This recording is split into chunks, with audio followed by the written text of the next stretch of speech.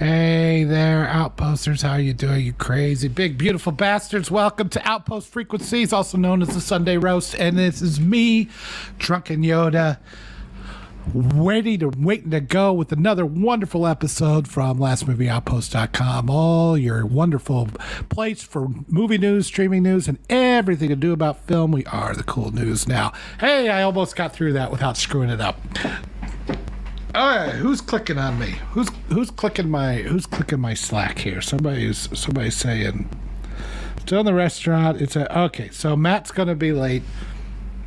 The hell with him, I say. We don't need him.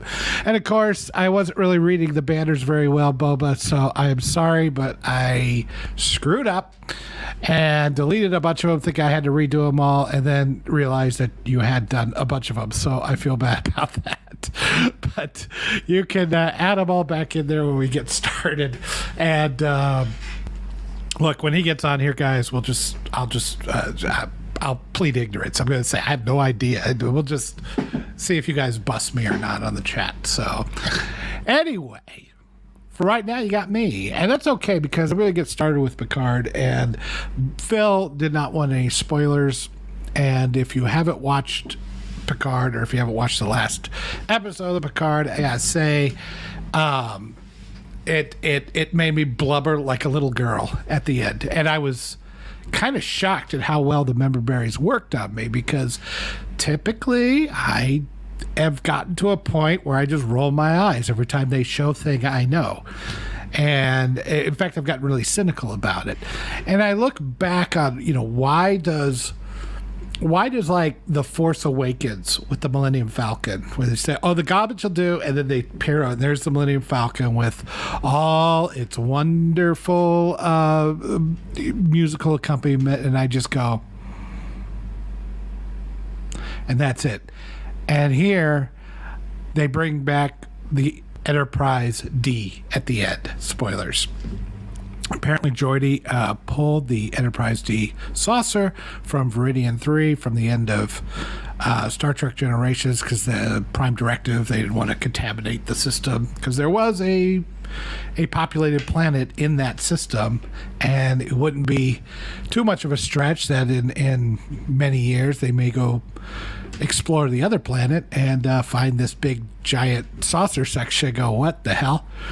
So they picked it up, and Joy took it to the Fleet Museum, and then he's been rebuilding it for 20 years. He took the star drive section from the Syracuse, some nacelles, that kind of thing, and he just began rebuilding it. Now, the hilarious thing, the first nitpicking thing I hear from everybody is like, Picard said it couldn't be salvaged at the end of Next Generation or Generations. Yeah, they couldn't get it salvaged and rebuilt and make it the flagship of the Federation within a year or two. They already had the E. They knew the Borg and the Dominion War was going on, so it was time to move up.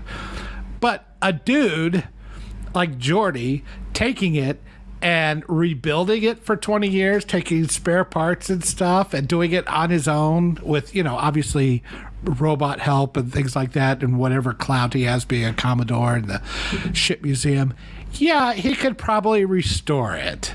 Not salvageable, I feel like, is a very vague term that has a lot of it's contextual, And let's not get weird about some of this stuff, okay, guys? Let's not get too pedantic. I know we're all nitpicking nerds and everything, but when I started saying that, it's like, you're just looking for things to be pissed off on. Now you're just looking for it. You just want to hate it. Guys, come on. Terry Matalas worked up this whole nostalgia thing. And quite frankly, because the Next Generation crew kind of got crapped on by the movies. And then you see Picard, the first two seasons, and they were garbage. And I feel like this is not just a big love letter, but a bit of an apology to the fans, and saying, you know what, we're going to give you what you want, and we're going to try to do it in the best way possible. And I look at this, and I look at how Matalas is doing this entire season.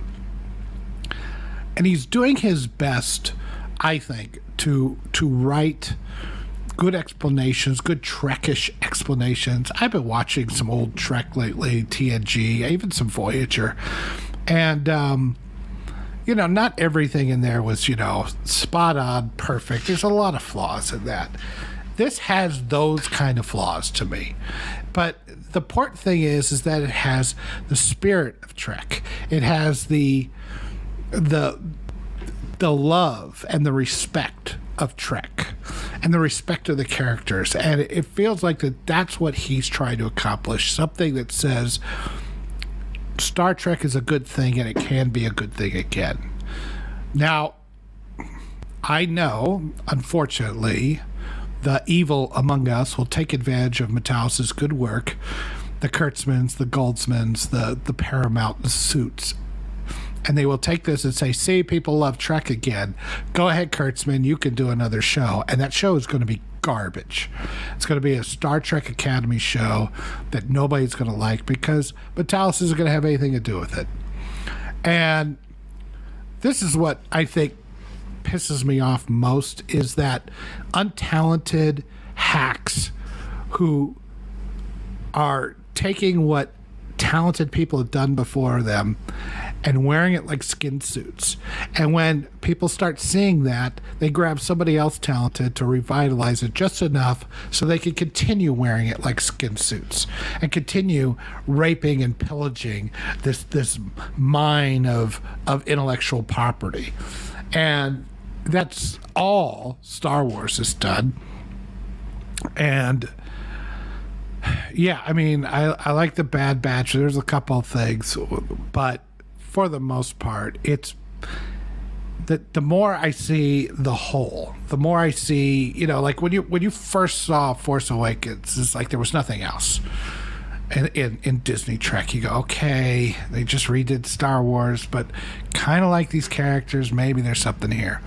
Now you look back on it 8 years later, you look back on the entirety of everything that Disney has created, and knowing all of the nonsense. I mean, you can't just say that this all happened in a vacuum. We know all the nonsense that's gone on since then, as far as politically and culturally and all that kind of stuff. We've seen these people get exposed on various stages and on various platforms and interviews and whatever. And so you kind of look back upon it and you realize it's just a bunch of cynical content by people who hate those who made this content so popular. The prime demographic that loves this content is the prime demographic that they hate simply for being that demographic. And so you have really awful, evil people that are running these things. And somehow a guy who actually loves Star Trek, a guy who actually respects Star Trek, got in there and was able to make a season 3 that has been good television. And he's managed to make the comebacks feel earned and authentic. And I'm sure your nitpicking Trek brain could say, yeah, but, and come up with all kinds of technobabble bullshit of why this couldn't happen or that couldn't happen or whatever. But I mean, there should be something for the effort. There should be credit for the effort. And the effort to me has been really good. The effort to me has been impressive. It feels well thought out. I'll give you an example. The reason why what ended up happening at the end of this episode is all the Borg needed. The reason why they needed Jack is because when they took Picard back in 1990 in The Best of Both Worlds, they didn't just change his implants, they changed his DNA a bit. And that was mentioned actually in the episode. And so he took that of an idea, and then when he gets diagnosed with Irumodic syndrome, we find out, no, it just kind of looked like that. It was a misdiagnosis. What it really was dormant Borg DNA nonsense in his frontal lobe. And he passed that down to Jack, Jack is now a bit of a transmitter because Picard doesn't have a body. He's not alive anymore. Maybe they would have taken him. But Jack is alive. He has this same transmitter they thought was Ironic syndrome. And they're using it to activate all the DNA in the young people. Now, how do the young people get this DNA? Well, they put this code, this genetic code, into the transporter. And the transporter, it's kind of funny, apparently uses dedupe or compression or codex or whatever you want to call it, that says, for most life forms, for most humans, there's this common DNA they all have. So just use that and then put in the special stuff, and that makes the transporter work a little bit better and faster. That's how it gets faster, I guess, because they're using video compression. So I'm like, okay. I mean, it's an attempt. I don't know. I mean, the transporter is bullshit anyway. But if you're going to try, at least it feels authentic. It feels thought out. And so they put all this in there to use the transporters against them. Have they been talking about the transporters all season? Did they have the first changeling got aboard as a transporter chief by taking the place of the transporter chief that was on the Titan? Have they been doing all this throughout? Yes. And they say it's in the frontal lobe, and that it only takes effect because the young people are still developing, and so they can take this stuff. The older people, they don't get activated by the Borg. So great.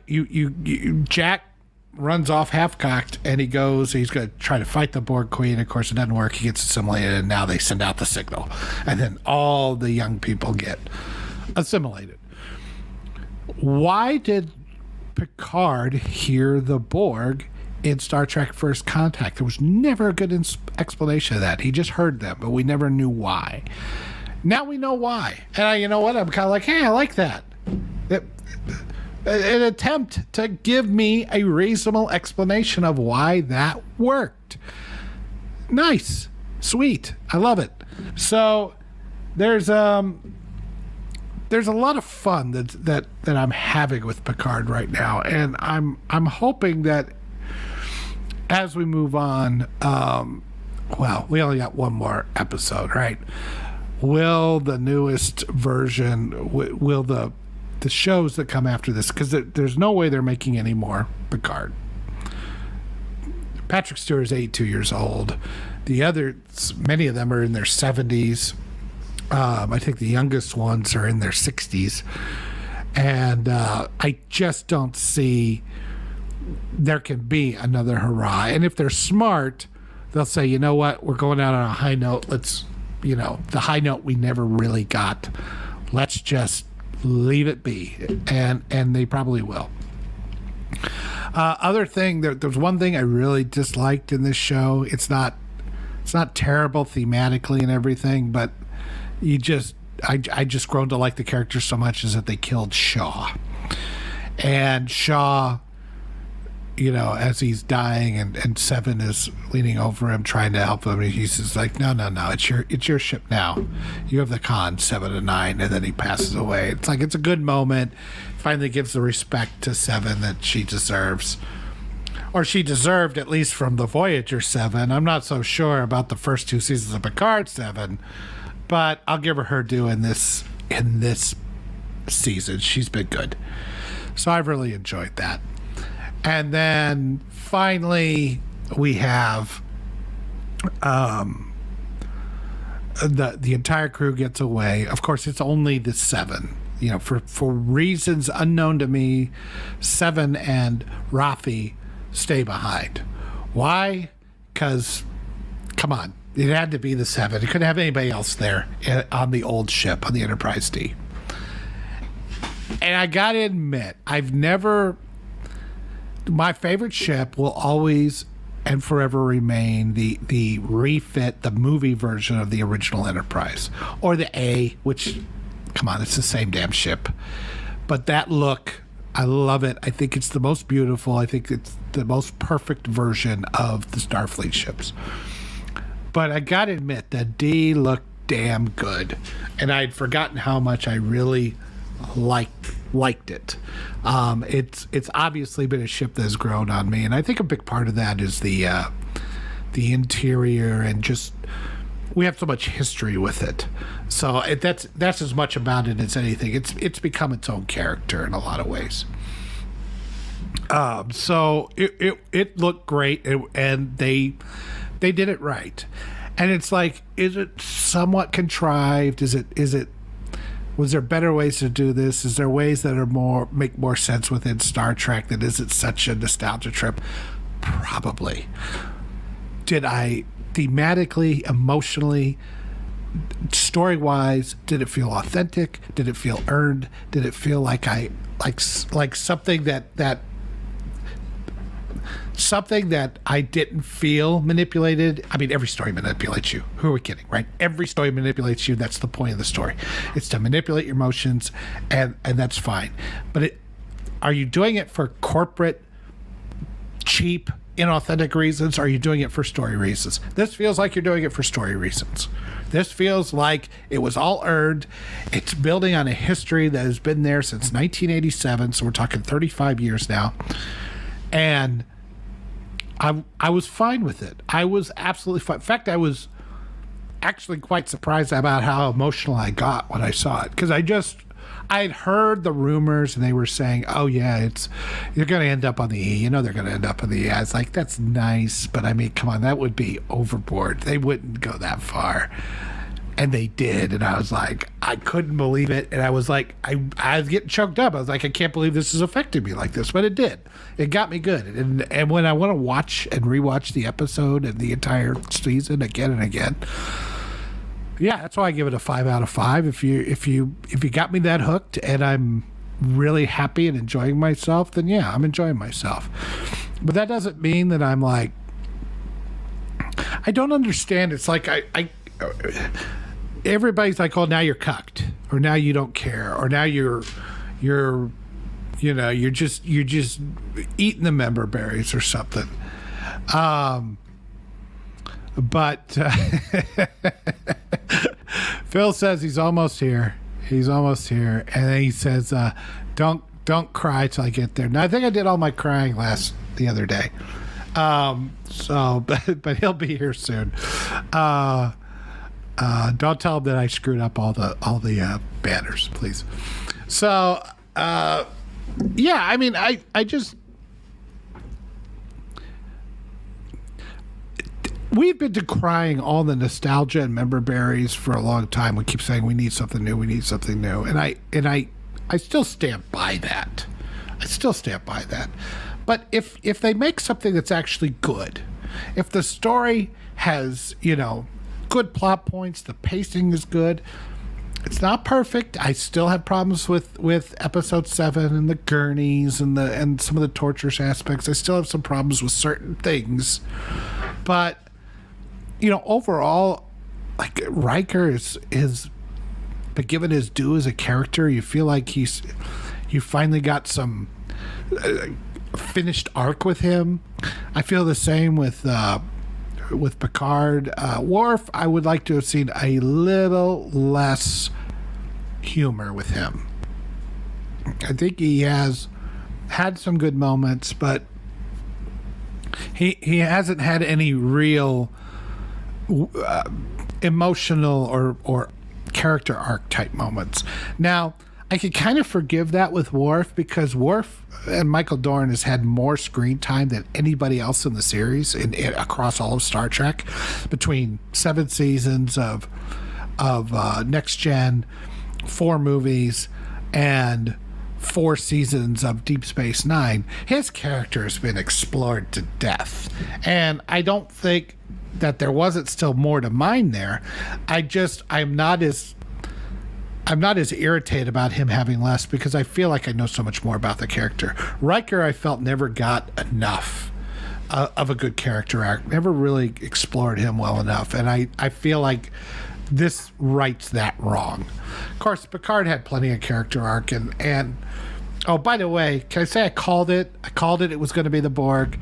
I heard people say it's going to be the Pa race. I'm like, You know how many people that love Star Trek Next Generation have no idea what the hell went on in Deep Space Nine or Voyager? They don't care. I mean, it's not going to be. You're not going to get the paw race or some deep cut like that. It's not a deep cut to me. And I would love to see a return of Deep Space Nine.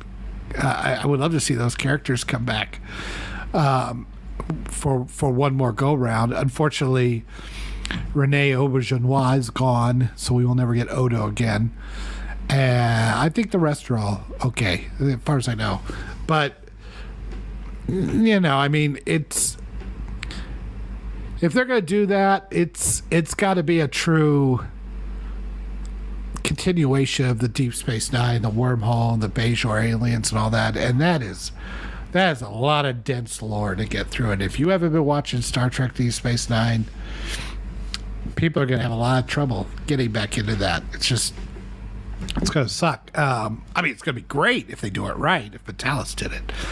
But there's no way they were going to do all that. And I thought it was pretty hilarious that people were thinking that. I was like, nah, come on. It's Picard. It's going to be about the Borg.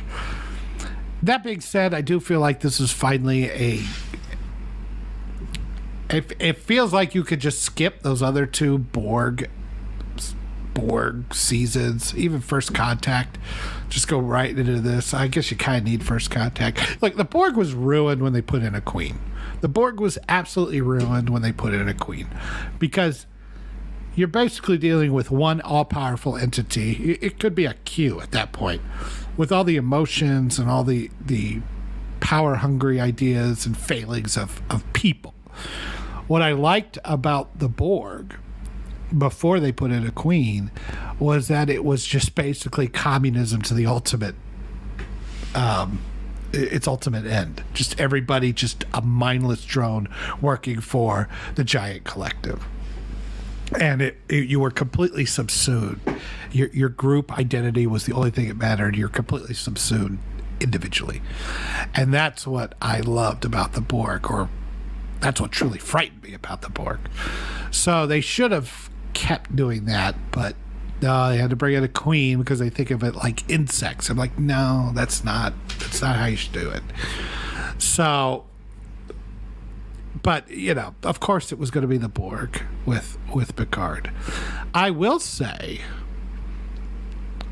I wonder, this is my own theory here, guys, and I don't know if this is true or not, and I've never heard anybody say one way or the other. But I look at this ending where only the young people were subsumed by this technology to the point that it tried to change their bodies. And they all are just mindlessly going for this technocratic algorithm that's been put into their head. You see where I'm going with this, right? I feel like it's a big fuck you to the social media and to Generation Z and their inability to think past a certain mindset. Now, I know there's some of this doesn't work. Some of this is, forced upon them, but I do feel like that it's a kind of a mind virus that's been pushed on them. And I feel like Twitter and TikTok and all this is kind of a mind virus. I found it fascinating that only the young were affected by this. I know there was a lot of technobabble BS, but again, get out of the Trek mindset. Go to thematically. Go to what are we trying to symbolize here. If it's the woke culture being woke communism culture that has been perpetrated by a mind virus through technology. I'm just saying, guys, I feel like it fits really well. And I hope, I guarantee that Vitalis would never say it out loud, even if that's what he meant. I guarantee he'll never say it out loud because he wants to work. So I don't blame him for never confirming this, or at least not doing it until he gets to a point where he has FU money and doesn't care anymore. Like when he gets to a Scott Adams point where he's like, to hell with it, I don't care if they destroy my strip. I'm going to say what I want to say. And he may never say it. He may never say it. And maybe he doesn't even think it. I don't know. I don't have any proof of that. It just felt like it was a big FU to technology, social media, woke mind virus. I mean, they're altering these kids' bodies. That's what they're doing. And it's everybody under 25. I don't know. What do you think? I just wonder. What do you think? Do you think that may be the message that he was putting across here? Maybe don't fall for all this woke nonsense. Don't be a slave to the technological algorithm. Don't be a drone. Be an individual. Just throwing that out there. I felt like even if that wasn't the message, it's the message I saw in it, and I think there is some evidence to say that it works. Setlick, it's the best of the worst. I honestly, Setlick, I think that Picard season 3 is an undeniably good show. Not just, I don't feel like I have to put some adjectives onto it or some modifiers to it. It's the best of, for a new Trek show, it's really good. No, I think it's actually a very good show. I think Picard season 3 is actually a very good show, and I'm appreciative of what they've been able to do. How do you do there, fellow Elmo bros? It's just me this time, and Muso, but happy to see you here. And I haven't seen past episode 2 of season 3, so I can't say what the message is yet. Well, I don't want to spoil anything for you, and I do suggest watching it to the end. I would say the weakest episode so far has been episode 7.